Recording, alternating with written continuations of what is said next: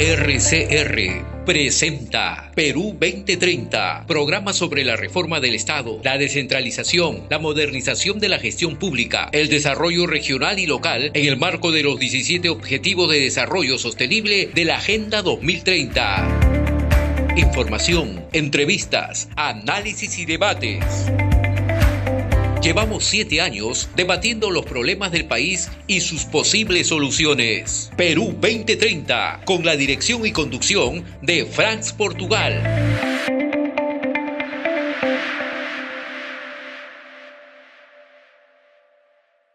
Muy buenos días, amigos que nos ven a nivel nacional por la red de comunicación regional RCR, la red que comunica y une al Perú. Presentamos nuestra edición 384 de Perú 2030 en SR Televisión.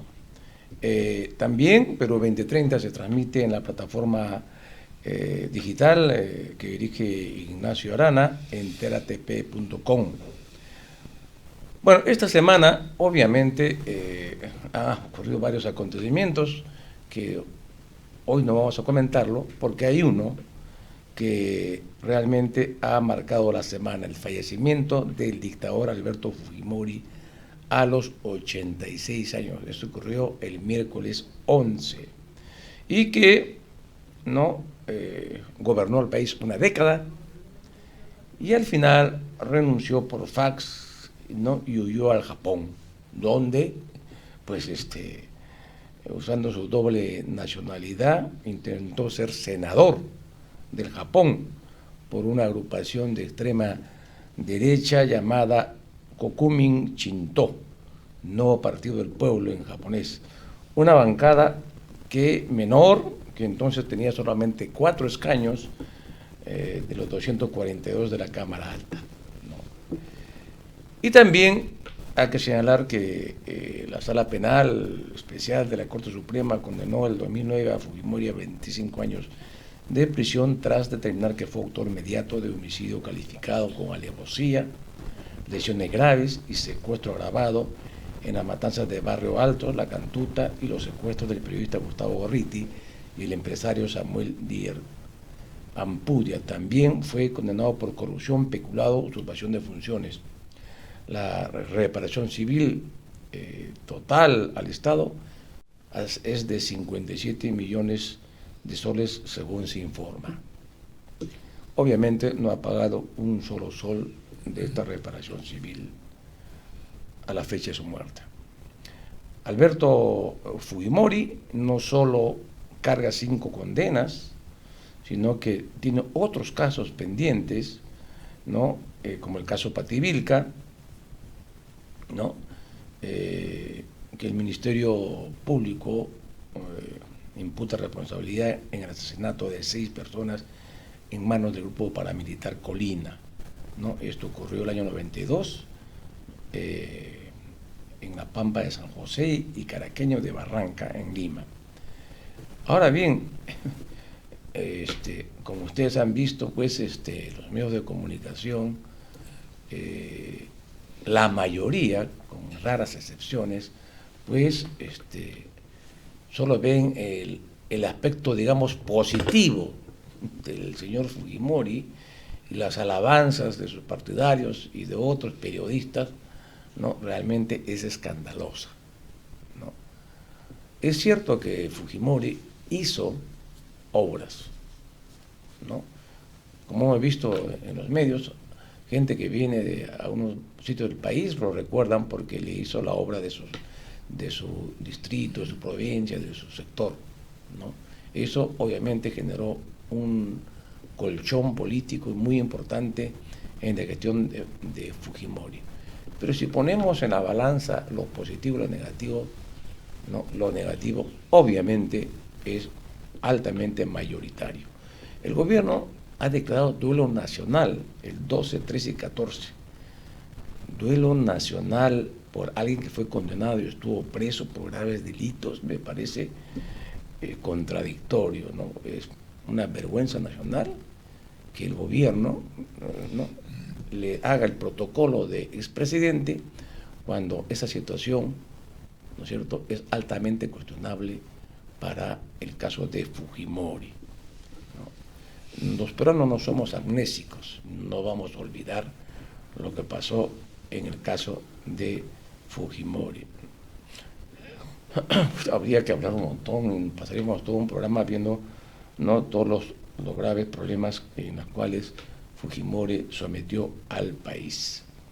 Para conversar sobre estos temas políticos, sobre todo para ver cuál es el futuro del fujimorismo sin Fujimori, ¿no?, el día de hoy hemos creído conveniente conversar, como lo hemos hecho en otras oportunidades, con nuestro panel central, con Manolo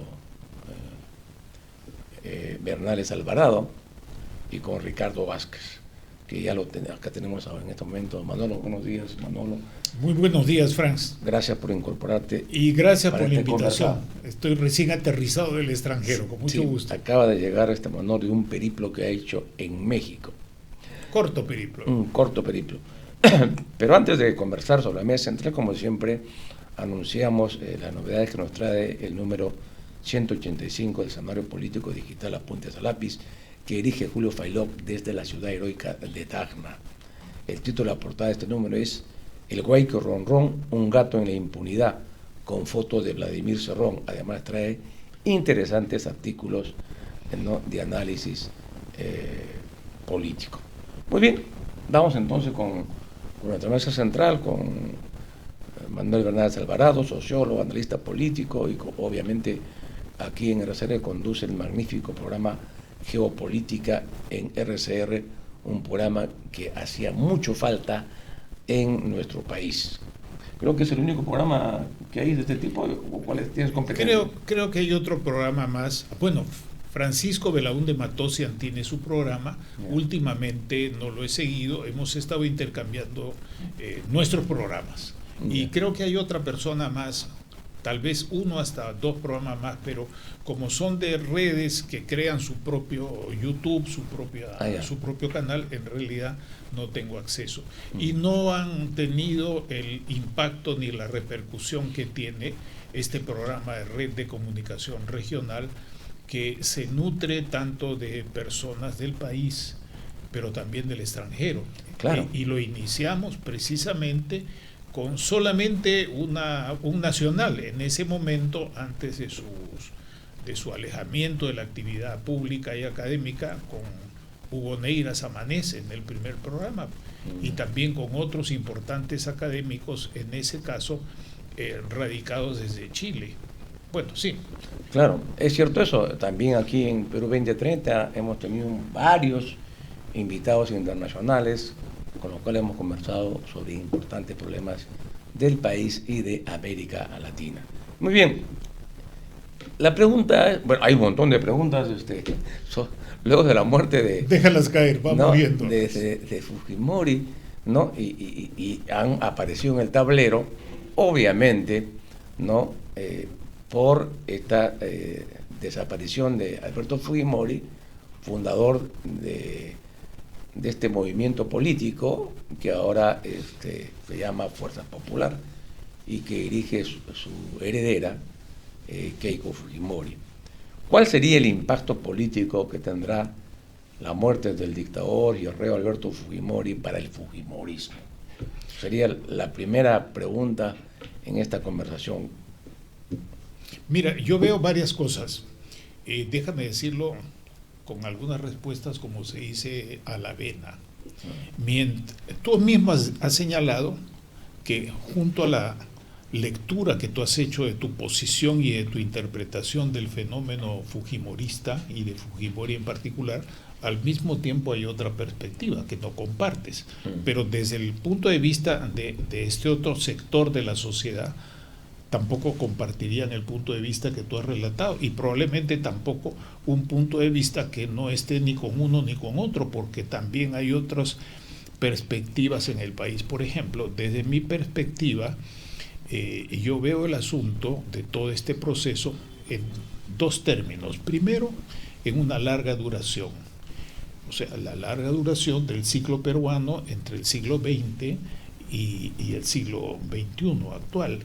Y en segundo lugar, desde una perspectiva internacional, porque estamos hablando no del Estado peruano fuera en el espacio solo, sino del Estado peruano en sus relaciones con el mundo, con los vecinos, con el continente.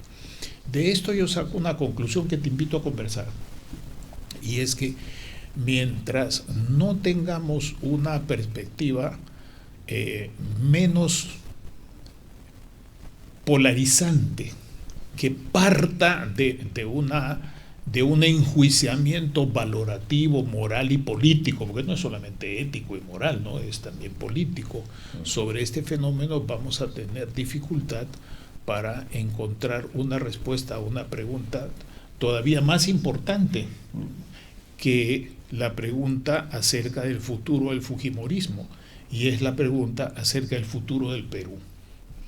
Entonces, por un lado, estas perspectivas polarizantes nos llevan a decir que desde cada punto de vista hay una visión del Perú, pero mi reflexión es ver el Perú en su conjunto, y dentro de ese Perú en su conjunto el factor fujimorismo y el factor no fujimorismo. Claro. Y en el no fujimorismo no hay un solo factor, hay varios actores políticos y hay varias corrientes que sería necesario profundizar, y creo que lo podemos hacer. Pero el tema del caso Fujimori y de su gobierno no solo fue nacional, fue inclusive internacional. O sea, por ejemplo, la revista Forbes, la revista norteamericana, ¿no?, publicó en mayo del 2004 un reportaje sobre los 10 del mundo más corrupto de todos los tiempos, ¿no? O sea que, y que decía que en la lista de los 10 gobernadores autoritarios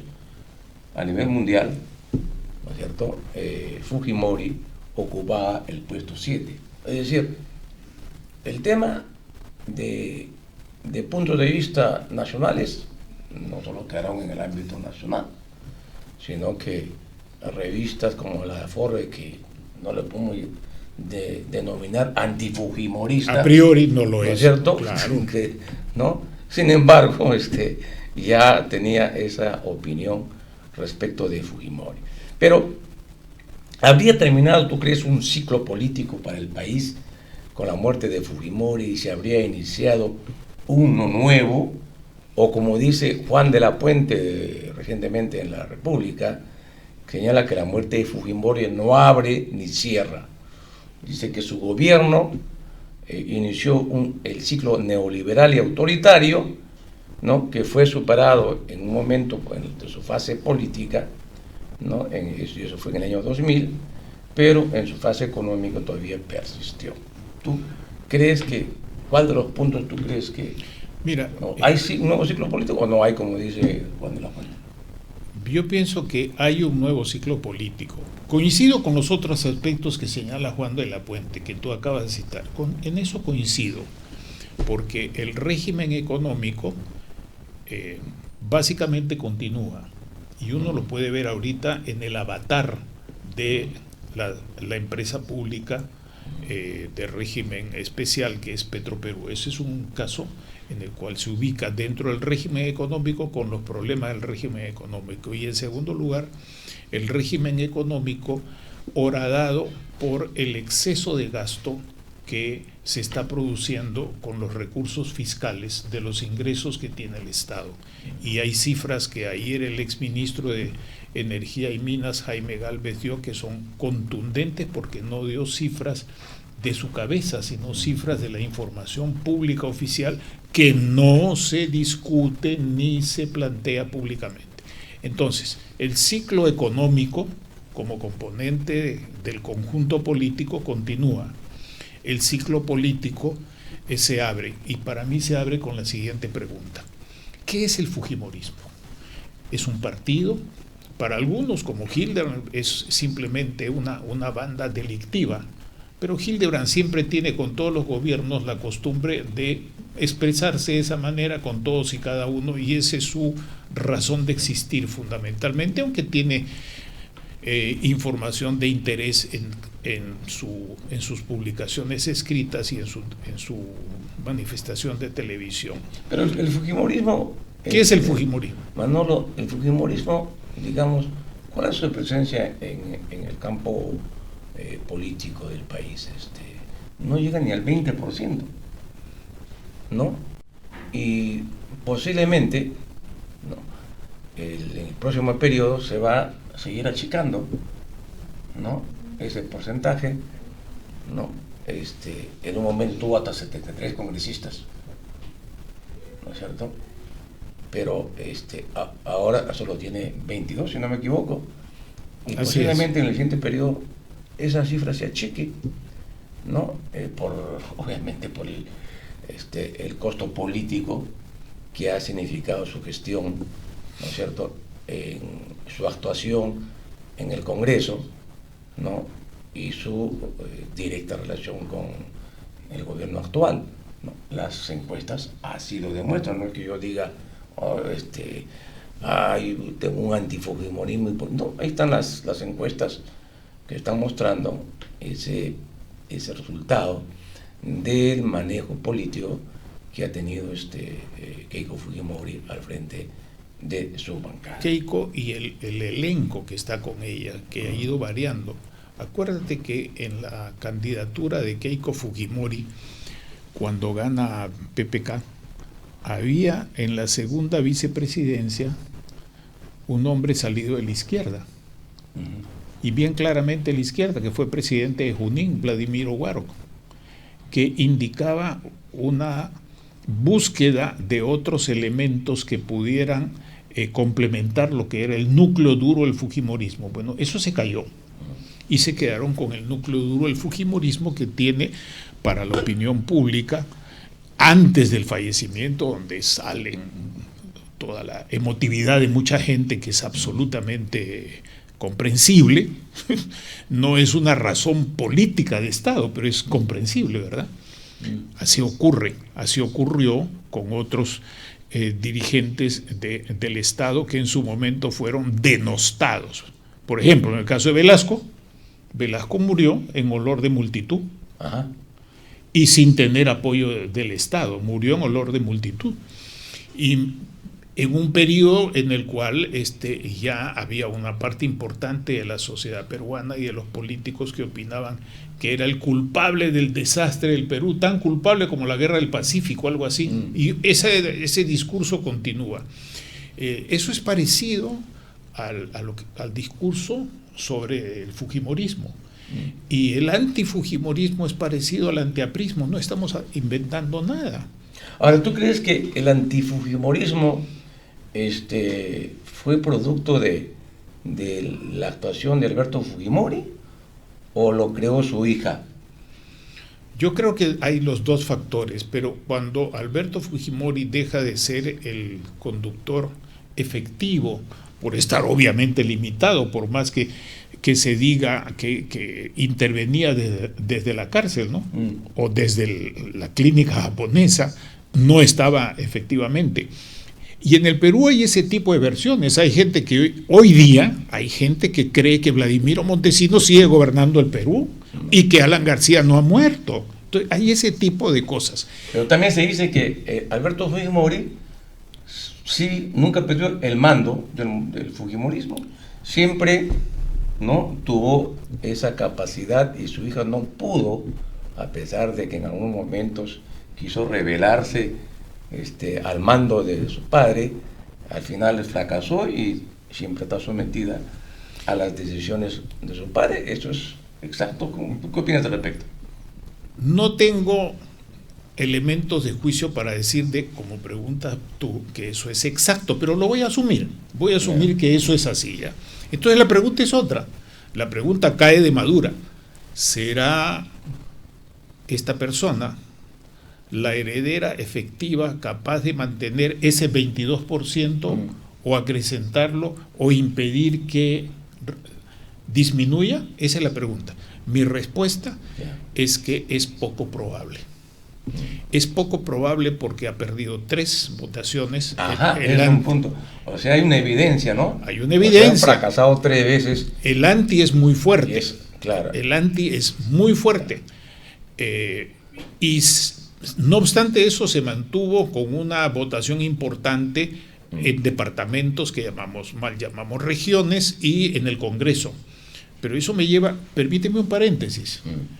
Cuando termina Odría su mandato, ¿qué votación saca la esposa de Odría? Saca una tercera votación muy importante.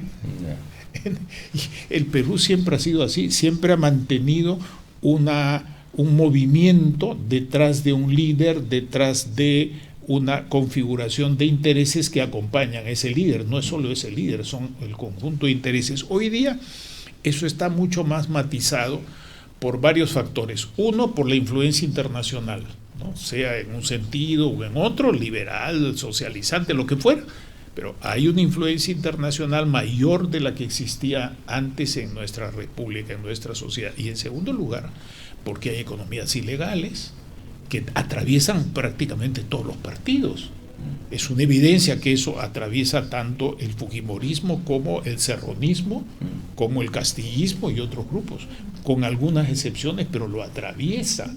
Y hay también una informalidad y el peso de los medios de comunicación formales e informales. Los informales tienen hoy día probablemente tanto o más peso que los medios de comunicación tradicionales. Bueno, con todos estos elementos y con el hecho de que es una persona que llega a este momento sumamente golpeada políticamente y por el duelo familiar, el duelo por su padre. La pregunta es, en esas condiciones, ¿podrá acrecentarse, como dicen otros, ¿no? Que el ser humano cuando está frente a situaciones límite, o cae o se levanta por encima de las circunstancias? Eso solo se sabrá con los hechos. En términos de probabilidad, mi opinión actual, no es una conclusión, es más una hipótesis, es que es probable lo siguiente: si el fujimorismo, conducido en este momento asumiendo que no va a variar esa conducción por la hija del fallecido Fujimori, no logra alianzas que le mantengan ese porcentaje de votación a nivel nacional en los departamentos en los que ganó y por lo tanto en la obtención de congresistas, si no logra esas alianzas, es menos probable que mantenga su 22% y es más probable que se reduzca el 22%. ¿Por qué? Porque la población peruana, si uno observa, si uno ve, el porcentaje de votantes respecto del padrón electoral es bajo. Y eso ocurre también en otros países de América Latina.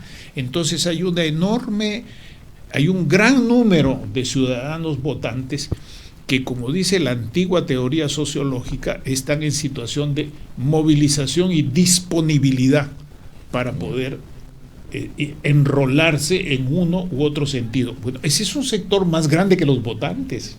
Pero además, Manolo, hay que tomar en cuenta de que hay pues nuevos votantes, nuevos jóvenes. Así es. Y realmente los que vivieron a Fujimori ya son de avanzada edad, ¿no es cierto? O sea, eso va también achicando el respaldo que tendría en términos de población electoral. Pero eso mismo ocurre, permíteme una acotación chiquitita, eso mismo ocurre para otros candidatos. Y entonces hay que hacerse la pregunta, en segundo lugar, Fujimorismo versus A, versus B o versus C, porque ahí va a estar la clave, porque el Fujimorismo siempre va a estar presente, pero B, C o D, no sabemos quién de ellos va a estar presente todavía. Ya. Bien, vamos a hacer una pausa, estimados amigos que nos están viendo, y regresamos dentro de breves instantes. Ya retornamos con Perú 2030.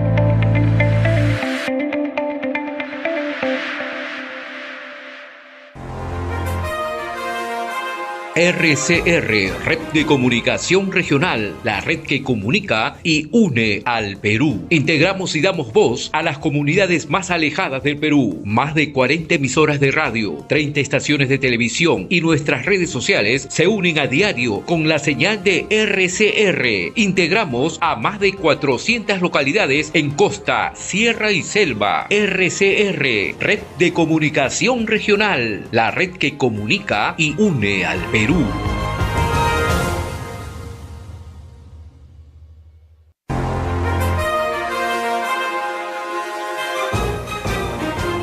Enlace Regional, edición del mediodía. Informamos desde el mismo lugar de los hechos. Conversamos con los protagonistas de la noticia. Analizamos los problemas que aquejan al país. Llevamos la noticia a los lugares más alejados del país.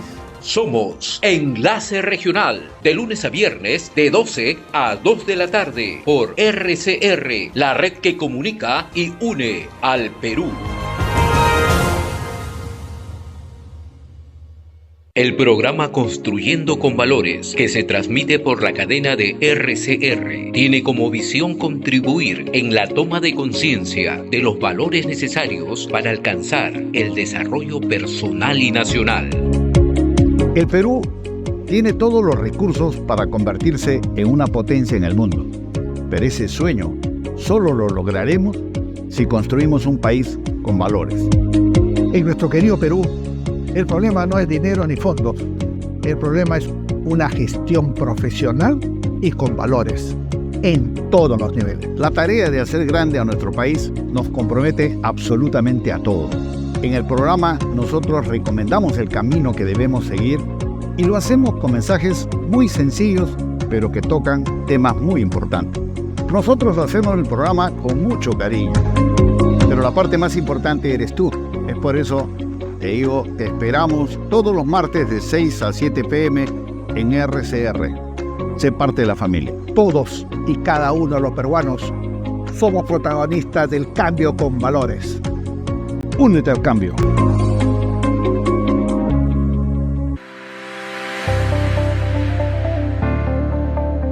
Sigamos con Perú 2030.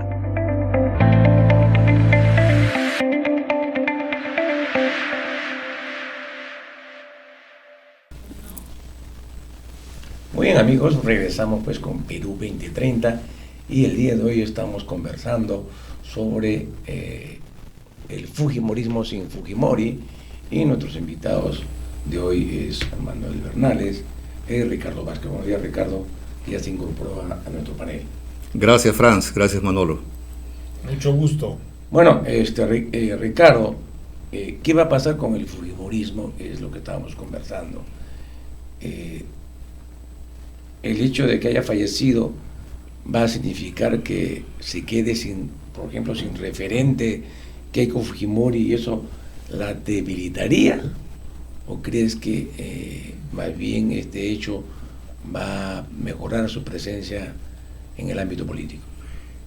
El hecho de que Keiko se debilite electoralmente o no es algo que puede evaluarse en el futuro, que puede verse como una consecuencia. Pero en cuanto a lo que es la estructura de una organización política, creo que nada va a cambiar. Creo que hace mucho tiempo los tejes, manejes, arreglos y como se llama, ya caminaban por manos y por dedos de la señora K. Entonces, el tema está definido en esos términos. Creo que de lo que se trata más bien es del uso en términos de medios de comunicación, el uso comunicativo de la muerte del señor Fujimori. Creo que no se hicieron homenajes de esta naturaleza de hace mucho tiempo, pero esto no es el fallecimiento de Aya de la Torre, por ejemplo, algunos lo recuerdan, en que causó un quiebre en el partido.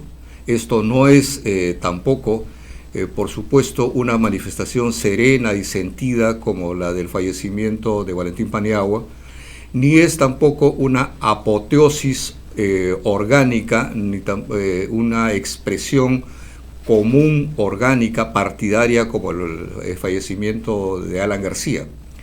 Esto es, por un lado, una pérdida familiar y por otro lado, una organización del Estado a través de los medios de comunicación.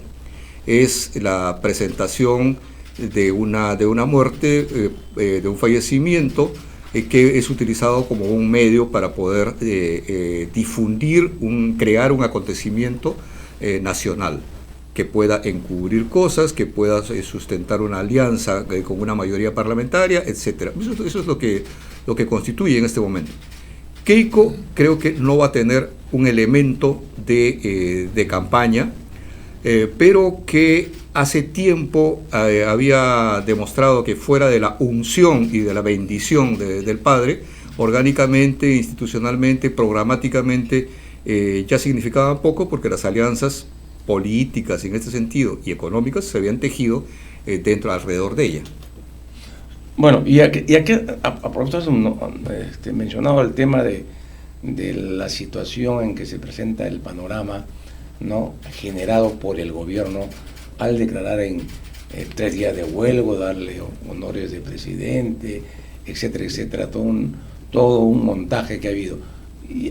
¿Cuál es la ventaja? ¿Qué es lo que quiere el gobierno? Dina Boluarte, ¿a qué está jugando frente a esa situación? Primero Manolo, luego Ricardo. Lo último que dijo Ricardo lo comparto en relación a tu pregunta.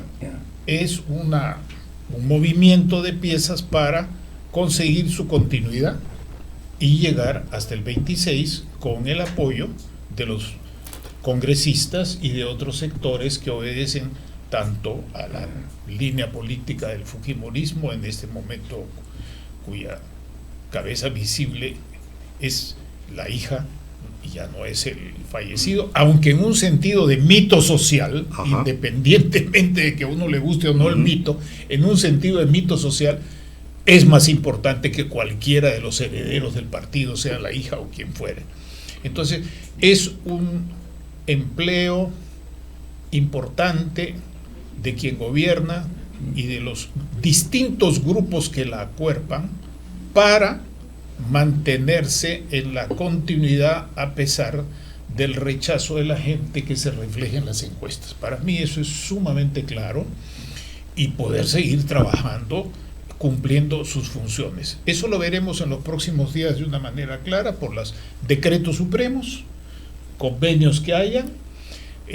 Hay una razón importante para el país, independientemente de las opiniones políticas, ¿no?, que es la cercanía de esta cumbre que va a haber a fin de año de la PEC, que coloca al Perú en una circunstancia determinada, ¿no? ¿Alguien se imagina que el Perú llegue a eso completamente sin presidencia, con proceso electoral? Es poco razonable, es poco probable que eso sea así. Entonces todo esto forma parte de un engranaje y de un movimiento de piezas dentro de este ajedrez, o dentro del Go, como le gustaría decir a otros analistas políticos, militares o diplomáticos que conocen ese juego oriental, para mantener continuidad, mínimo estabilidad y mínimo de decisiones económicas de acuerdo a los intereses que están en el gobierno y detrás del gobierno, que no es un solo interés, hay un tejido de distintos intereses que van desde intereses político-partidarios, personales, legales e ilegales. Eso a mí me parece es una evidencia contundente. Absolutamente, pero quería llamar la atención sobre un par de cosas, 2 o 3 cosas. Lo primero es que no hemos visto, ni estamos viendo en este momento en las pantallas, un acto partidario. O sea, una organización política que expresa la despedida a su líder.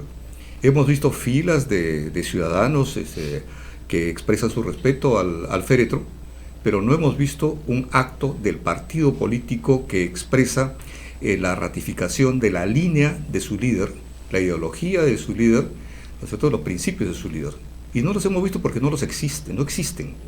No existe un partido, existe un tejido político a la antigua usanza de un caudillo, existe un fenómeno mediático a la antigua usanza de una de un impacto o de un montaje, como bien lo dice Franz, existe una forma de organización política antigua, decrépita, tradicional, que es contra lo que presuntamente Fujimori luchaba, contra la política tradicional. No ha dejado de ser una política tradicional del más viejo estilo, pero además es una política que tiene en este momento serios problemas, que son los que se le presentan a Keiko. El problema no es que haya muerto o no el señor Fujimori, el problema es que la derecha tiene hoy día nuevos líderes que pelean, que pugnan por la cabeza del movimiento y de las candidaturas, luego de que Keiko ha sufrido 3 derrotas electorales consecutivas y de que ha demostrado una incapacidad para encabezar a toda la derecha, desde la derecha más facha hasta los sectores medios de esta derecha. Entonces, eso es lo que se le escapa de las manos, como el agua, a Keiko Fujimori, y eso es lo que se le escapa a los sectores que ella representa. Es cierto que ahí hay muchos más amarres, muchos más arreglos, como dice Manolo perfectamente, ¿no? Ahora, has tocado un punto importante, porque estamos viendo la perspectiva del Fujimorismo sin Fujimori. O sea, hay una recomposición de la derecha. Pero no solo de la derecha, Franz. Y eso expresa en los partidos políticos que se han registrado del sector de la derecha, ¿no es cierto? Y ahí estaría expresado esta recomposición y pugna por asumir el liderazgo de la derecha en el país. Y en la medida de que los partidos de derecha que se agruparon en el Congreso en torno a Fuerza Popular, pues su descrédito es bastante avanzado, ¿no? Y que en el próximo periodo no creo que ninguno de ellos alcance el mínimo para estar en el Congreso. ¿Y el reemplazo cuál es? Se entiende que sería esta nueva recomposición que se está armando de los partidos de derecha, donde posiblemente el fujimorismo no tenga un papel relevante. Mira, la ventaja que tiene de ver las cosas, como dije, desde el comienzo de nuestra reunión de hoy día, en una perspectiva de larga duración, te hace ver que en el Perú, excepto el partido aprista,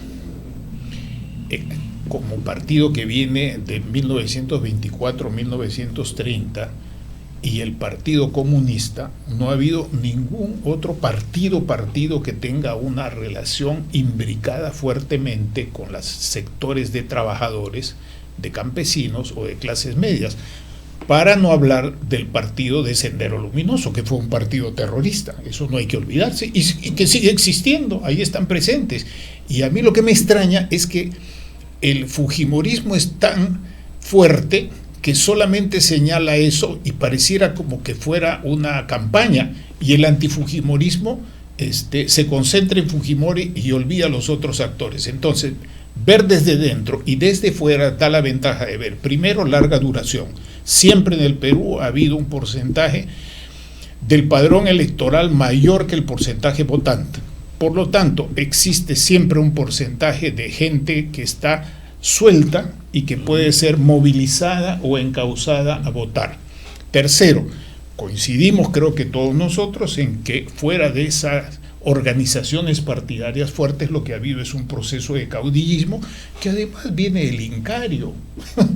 En el Incario era en el siglo XVI, cuando llegan los españoles, ¿qué estaba pasando? Una guerra interna en un estado teocrático, cosa que ha continuado como una pauta en parte durante el virreinato y luego durante la república. No hay que olvidar eso. Entonces yo pienso que el asunto no es solo ver qué pasa con Fujimori, sino qué está pasando con los otros grupos, porque eso va a dar lugar, esa visión va a dar lugar a ver las probabilidades de alianzas que haya hacia la derecha y hacia la izquierda, con un centro que está prácticamente liquidado en estos momentos en el país. Ese es eso es lo que yo insisto mucho, para no focalizarnos solamente en una variable como si fuera el único factor o la única variable independiente, ¿no? Eso es lo que quiero Ricardo, subrayar. ¿Tú crees que el fujimorismo, Fuerza Popular en concreto, va a perder su hegemonía de manejo político ¿no? Y va a ser reemplazado por la nueva derecha que está en curso, ¿no? Y que ya no va a poder tener esa posibilidad de ejercer la conducción de la derecha como lo ha hecho en el Congreso, ¿no? Donde ha subordinado no solamente a la derecha, sino también a los llamados izquierdistas, ¿no? Existentes, los ha puesto bajo su batuta, ¿no? Y se mueven al compás de la música que le toca Fuerza Popular. Bueno, yo creo que el fujimorismo hace tiempo que pelea desde el 2021 por lo menos, pelea por mantener una hegemonía en un escenario de derecha que ha constatado, ha evidenciado de que no es una opción para gobernar el país bajo estas condiciones. Es un liderazgo ineficiente, es un liderazgo que se sustenta en los entendimientos económicos con grupos de poder y que ha perdido una capacidad de novedad. Entonces, esos son los problemas que tiene Keiko Fujimori en el futuro con la derecha. Es una organización que nunca logró superar la ausencia de programa, la ausencia de ideología, la ausencia de organización, la ausencia de dar poder a bases, etcétera, etcétera. Entonces, este problema que tiene que ver con la forma de hacer política tradicional es algo que no va a poder superar, que no va a superar creo que en mucho tiempo. Eso ha generado una crisis, creo que general, coincido con Manolo, que es un problema general a nuestra sociedad, pero que en el caso de ellos ha hecho crisis y creo que va a ser muy difícil que pueda ser superado. Quisiera que me permitas 20 segundos para decir algo muy concreto. Los crímenes de Fujimori no solo no se olvidan, sino que se seguirán investigando hasta resolverse. Porque el derecho al conocimiento de la verdad, hace tiempo que Naciones Unidas lo ha dejado muy claro como uno de los componentes en la administración de justicia. Casos como los de Pativilca, por ejemplo, continuarán hasta que se sepa la verdad. Que no se condene a Alberto Fujimori porque está preso, disculpen, porque está muerto, es otra cosa, pero que se buscará conocer la verdad, no hay ningún impedimento para que eso ocurra. Gracias. Coincido con eso, es importante, porque el muerto ya no es sujeto de acción penal, de ninguna acción, está muerto. Es lo mismo en el caso de Alan García. Pero lo que sí hay que continuar con las investigaciones porque hay otras personas. Cuando se habla de la cuestión mediática, es curioso que solamente se ha hablado de la responsabilidad mediática, es curioso que solamente se ha hablado para ese tipo de cosas, en el caso de Fujimori, pero no para otro tipo de cosas. Uh-huh. Entonces, para lo que es, por ejemplo, la captura de Abimael Guzmán y su derrota, ahí no ha habido cuestión mediática, siempre se dijo que no, cuando todo el mundo sabía que sí, que estaba ahí presente Fujimori. En ese momento eso era un asunto, digamos, que tenía un alto consenso nacional, pero la oposición antifujimorista nunca le reconoció la responsabilidad mediática, solamente para el caso de los crímenes. Hay que ver con los dos ojos, no solamente con uno. Y creo que, insisto en esto, me permito invitarles a que veamos las cosas no solamente en A. Este es el actor fujimorista, que más que partido es un movimiento con características que ya no vamos a entrar porque se nos va el tiempo, pero también está B, está C, está D. Una cosa es el fujimorismo versus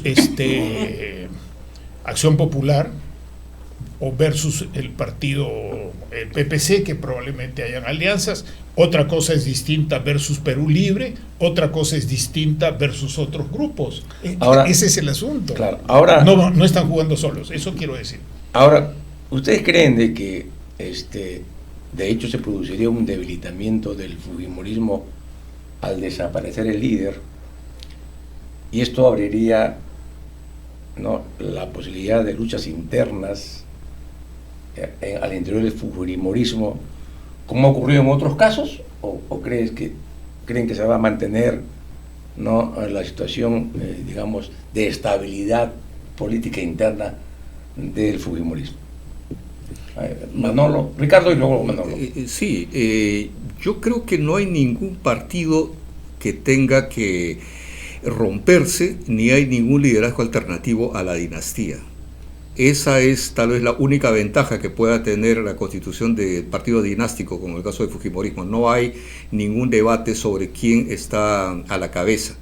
Ahora, lo mejor que podría pasar al fujimorismo es construirse en un neofujimorismo, como hay un neofranquismo, etcétera. Es decir, hacer una síntesis de lo que ocurrió y de lo que proponemos al país ahora en el futuro.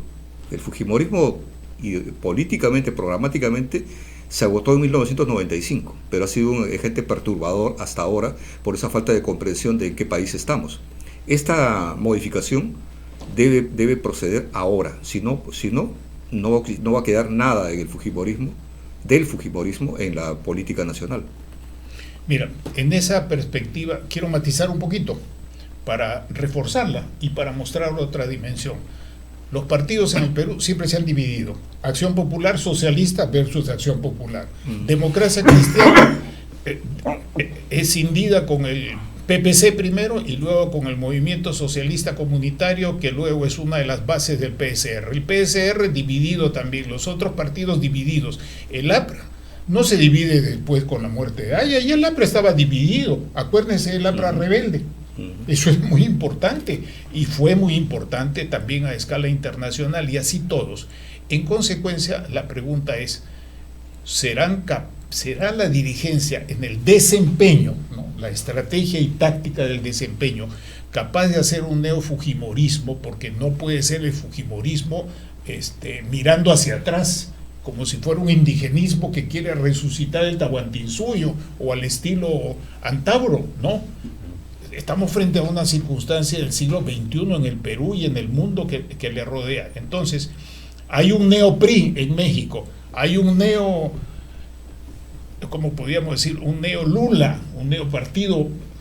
Hay renovaciones. La pregunta está bien planteada. ¿Serán capaces de hacer un neo-fujimorismo? Eso depende del desempeño y de cómo se mueven las piezas en el tablero de ajedrez político o en el Go, tanto internas como internacionales, porque los factores políticos en el Perú internacionales van a presionar por el lado de la frontera norte, por el lado de la frontera sur y por el lado de la costa, porque hay migraciones, hay empresas legales y empresas ilegales delictivas que atraviesan todo el país y todo el conglomerado social donde viven los electores. Los electores no están viviendo en el mar, los electores están viviendo ahí donde se dan todas estas cosas. Y por el lado de la franja y de la ruta.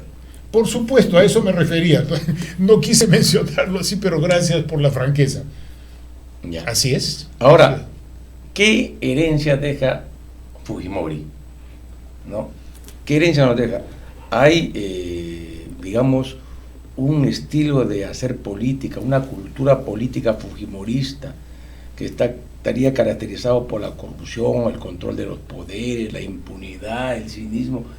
Se ha implantado eso definitivamente en la política peruana, y ese patrón lo siguen también otros partidos, ¿no? Sí. Como los que están actualmente en el Congreso. Esa es la herencia que deja Fujimori, y que si eso va a persistir o va a comenzar a descomponerse. Yo pienso que eso va a persistir, pero no está solamente ahí, está en los gobiernos regionales, está en las provincias, y no solo es herencia de Fujimori. El tema de la corrupción en el Perú es muy antiguo, y el tema de la corrupción, si bien elevado a una digamos, potencia muy grande en todo el periodo del fujimorismo, pero especialmente del 94 en adelante o 95 en adelante, eso es un factor de agravamiento, pero no de creación de la corrupción en el Perú.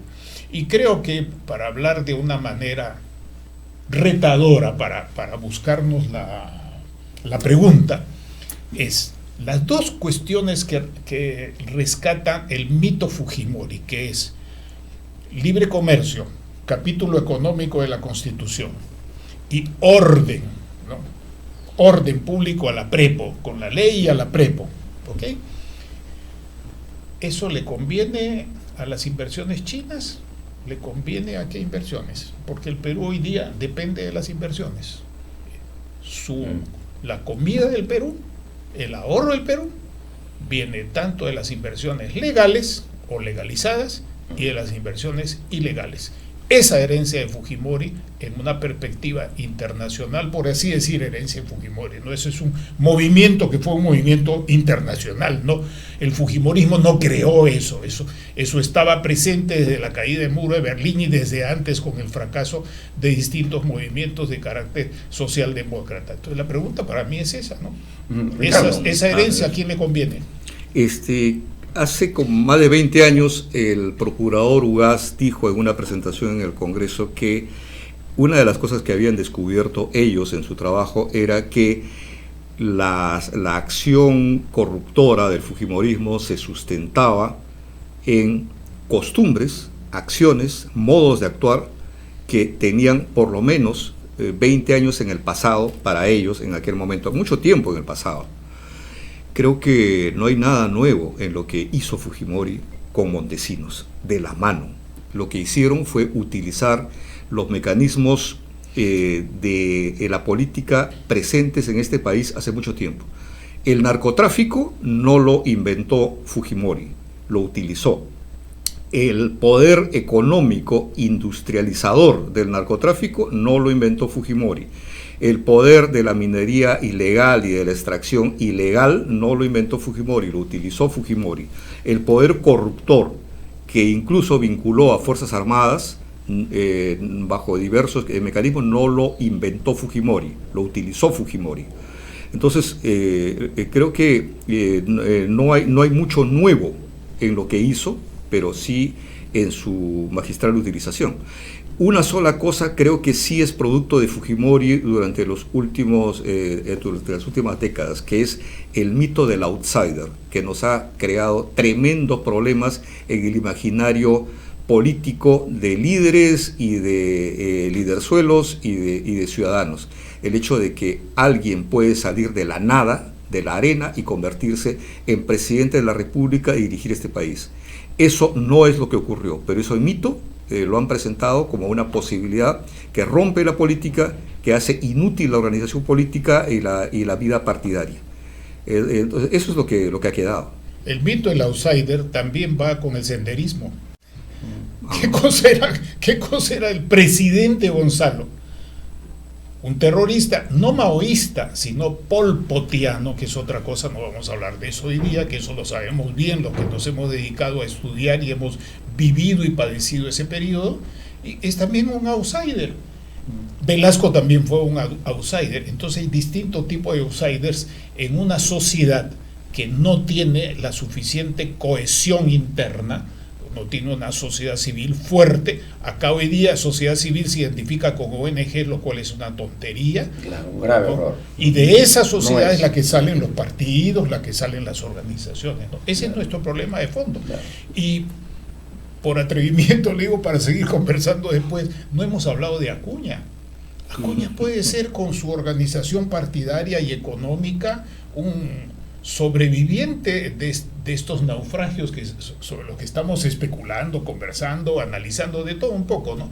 Pero hay que echarle ojo a eso, lo mismo que Cerrón y lo mismo que otros dirigentes o Antauro Humala. Entonces el panorama es mucho más complejo. Por eso digo, solo el fujimorismo, veámoslo en relación a los otros actores, porque hay una cierta competencia política en un país en el cual hay siempre menos votantes que el total. El porcentaje de votantes siempre es bajo respecto, ojalá que crezca, respecto al padrón electoral. Y esa es nuestra debilidad de sociedad expresada en el resultado electoral. Bueno, ya no ganó el tiempo y como tú decías, el caso de Acuña sería bien interesante debatirlo en otro momento porque hay bastante tela que cortar ahí, ¿no? Sobre todo por el rol de cogobierno que tiene con Dina Boluarte, porque pone ministros, pone directores, ¿no es cierto? Tiene votos en el Congreso. Tiene votos en el Congreso. Regiones. Así es. El costo político de la actuación de Acuña en este periodo le va a pasar la factura en el siguiente, a pesar de su dinero, a pesar de ser un partido bastante grande, organizado, ¿no? Que tiene presencia en gobiernos regionales y locales, ¿no? Pero eso creo que en el siguiente periodo no va a ser el mismo que hoy día tiene. Bien, Ricardo Vázquez, Manolo Banales, gracias por Un gusto estar con comentarios usted nuevamente. Muchas gracias, Franz. tan importantes Gracias, que nos ha permitido, como se dice, develar esta situación del fujimorismo sin Fujimori, que es un hecho que ha ocurrido esta semana en el país. Muy bien, amigos, nos vemos el próximo sábado a las 11 de la mañana en Perú 2030 por RCR. Muy buenos días y buen fin de semana.